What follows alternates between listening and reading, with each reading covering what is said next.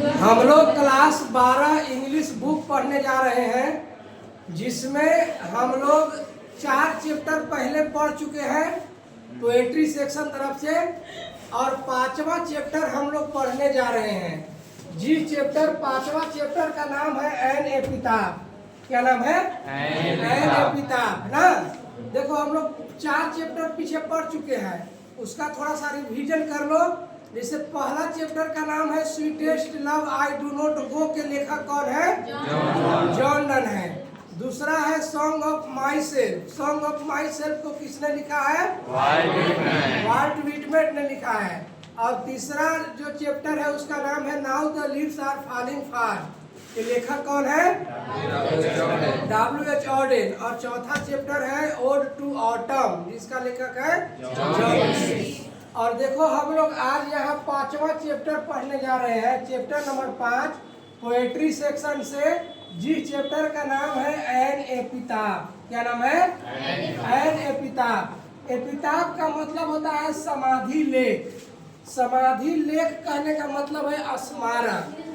आप लोग जानते होंगे कि जब कोई व्यक्ति का मृत्यु हो जाता है तो मरने के बाद में एक स्मारक बनाया जाता है और उस पर उसकी तिथियां वगैरह कुछ लिखा जाता है ताकि याद रह सके।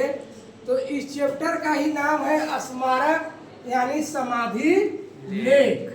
चैप्टर का नाम है एन एपिताफ। इसको किसने लिखे हैं? इसका राइटर कौन है? तो वाल्टर डेला मेयर इसका राइटर है ना। इसका लेखक कौन है? वाल्टर डेला मेयर। देखिए ये छोटे सा कविता है लेकिन बहुत सुंदर कविता है। देखिए इसमें बताया गया है वेस्ट कंट्री की एक महिला रहती है।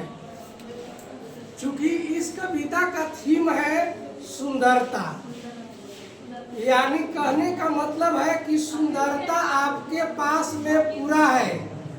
यानी कहने का मतलब है कि आपके पास में सुंदरता पूरा है और आपने वैसा कुछ काम किया नहीं जिससे आपको याद रखा जा सके, तो आपका इस दुनिया में कोई महत्व नहीं है, कोई वैल्यू नहीं है।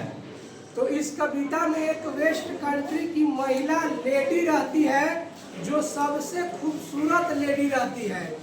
वेस्ट कंट्री की सबसे खूबसूरत लेडी रहती है। कवि एक दिन उस महिला को प्रपोज करते हैं ना। कवि क्या करते हैं? उस लेडी को सुंदरता के कारण प्रपोज करते हैं, लेकिन महिला उनका जो प्रपोज करते हैं उनको इनकार कर देती है ना। लेकिन कवि के पास में अभी भी उस महिला के लिए प्रेम थी, अभी भी कवि उनको याद रखे थे।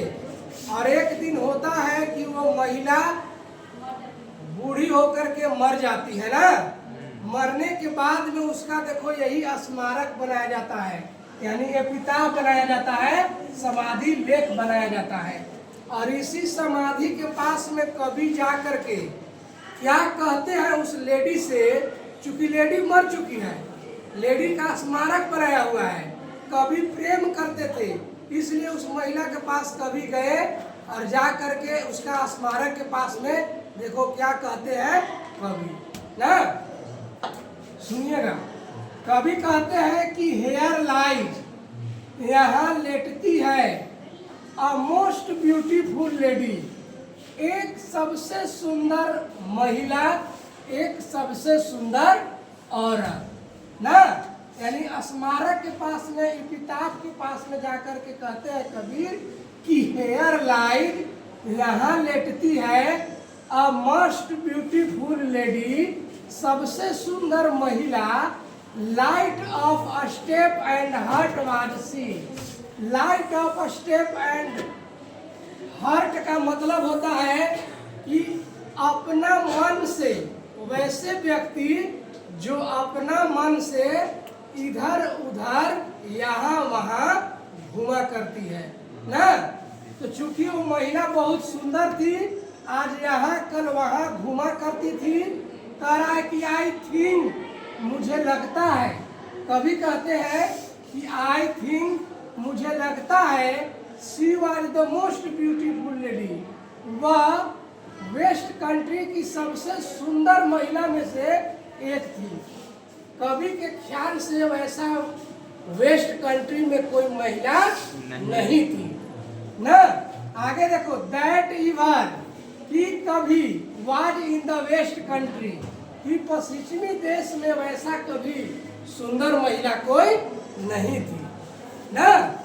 कभी देखो आगे क्या कहते हैं कि बट लेकिन ब्यूटी सुंदरता वानिसेस खत्म हो जाती है, ब्यूटी पासेस सुंदरता चली जाती है ना। कहते हैं कि लेकिन सुंदरता खत्म हो जाती है, ब्यूटी पासेस सुंदरता चली जाती है। हाउएवर जब जितना कभी भी रेयर इट भी दुर्लभ क्यों ना हो, चाहे जितना कभी भी दुर्लभ क्यों ना हो। कहते हैं कि एंड और व्हेन जब आई मैं क्रम्बल मर जाऊंगा ना, जब मैं मर जाऊंगा, हु विल रिमेम्बर, तो कौन इस वेस्ट कंट्री की लेडी को याद करेगा।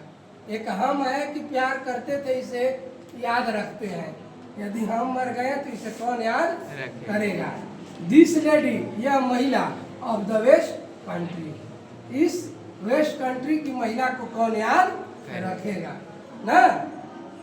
यही इस कविता के थीम है। चूंकि कहने का मतलब है कि सुंदरता कुछ नहीं है, अगर आप ऐसा काम किए हैं तो आपको याद रखा जाएगा, आप ऐसा काम नहीं किए इस दुनिया में तो आपको याद नहीं रखा जाएगा। आपकी सुंदरता बेकार है, सुंदरता कोई काम की नहीं है।